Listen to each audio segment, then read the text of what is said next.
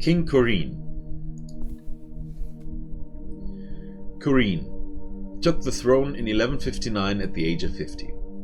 Koreen was the older of Mararon's two sons, and the two brothers were apparently close. His younger brother was a guild captain in the Guild of Linguists, and the two remained close for much of Koreen's reign. In 1159, when he took the throne, it would have been impossible to forecast the turbulent strings of events that would start during his reign and not end for some years later. His grandfather had been an extremely religious man, though not everyone had agreed with his theologies. There were, in fact, a number of groups who had strongly disagreed with Visha, and though Mararon had not done anything to offend them, during their reign of Koreen they sought to make their own causes more widely known. The most dangerous of those groups was known as the Judges of Yavo. Known as the Reglolantendeok, judges, the sect believed they were to exercise Yahweh's judgment on those who could not truly understand him as they did. Though they had existed for some time, it was in 1303 that they began to make a name for themselves. It all seems to have begun when a writer mysteriously left the Guild of Writers in 1303. A few days later, books and ink went missing from the respective guilds.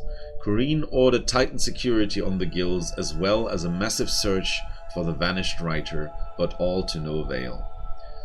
Unbeknownst to Koreen, the judges, led by the man Eris, were writing illegal ages in an attempt to create a race they could control and force to go to war for them.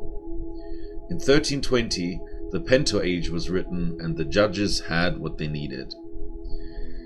It was in 1323, with his wife about to give birth to his first son, that Koreen's palace was attacked by a group of judges, along with warriors from the age of Pento.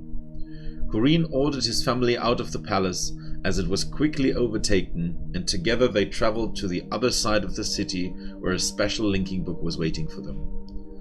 While traveling through the king's arch, rumors say that Koreen's wife gave birth to his first son, Al-Sandar.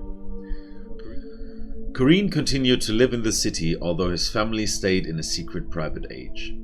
The city grew more and more dangerous as the judges began to destroy more of the city and kill more of its citizens.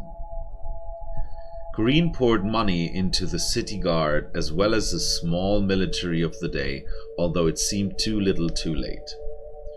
In 1352, Koreen was assassinated by a group of Pento warriors being led by judges. The city was thrown into complete chaos.